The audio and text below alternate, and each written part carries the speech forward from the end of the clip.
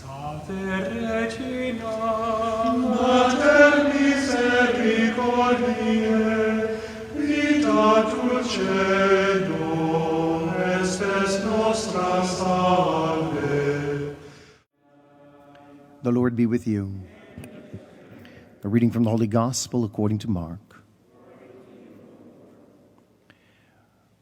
When Jesus and his disciples arrived at Bethsaida, people brought to him a blind man and begged Jesus to touch him.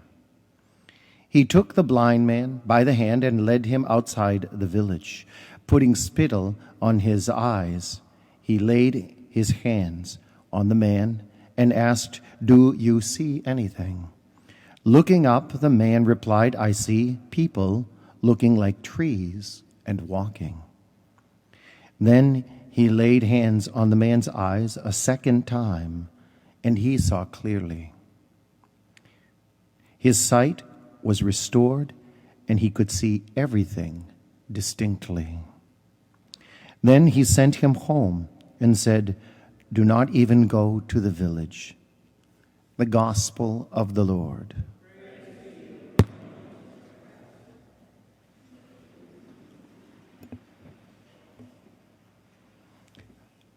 How many of you watched the Super Bowl game? Okay. And how many of you were tempted to leave after the first half? I was. But I remembered that I didn't see a lot of Patriots games during the course of the season, but I remembered that they have a habit of pulling it out at the end. They won a lot of games in the second half. And so I had to stick with them.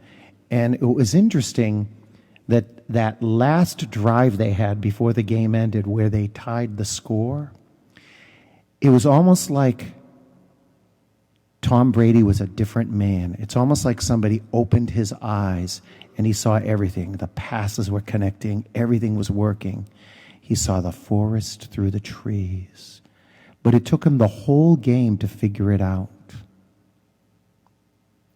But he did it just in time, and it was deadly for the Atlanta Falcons. Maybe they rest in peace. Okay. Now this man is blind, and Jesus touches him, and he doesn't see clearly yet. And so he has to touch him a second time, because sometimes it takes a little while to see.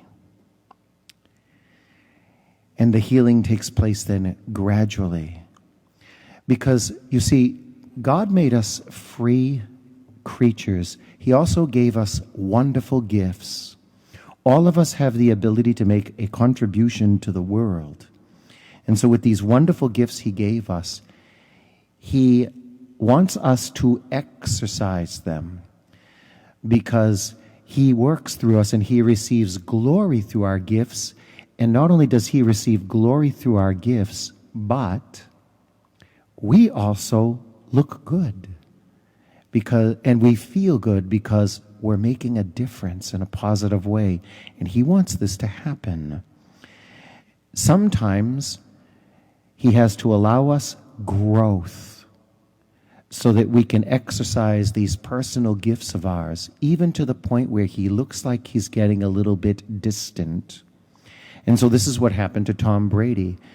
Because of their sticking to it as the game progressed, when most people would have quit, they started to pull together.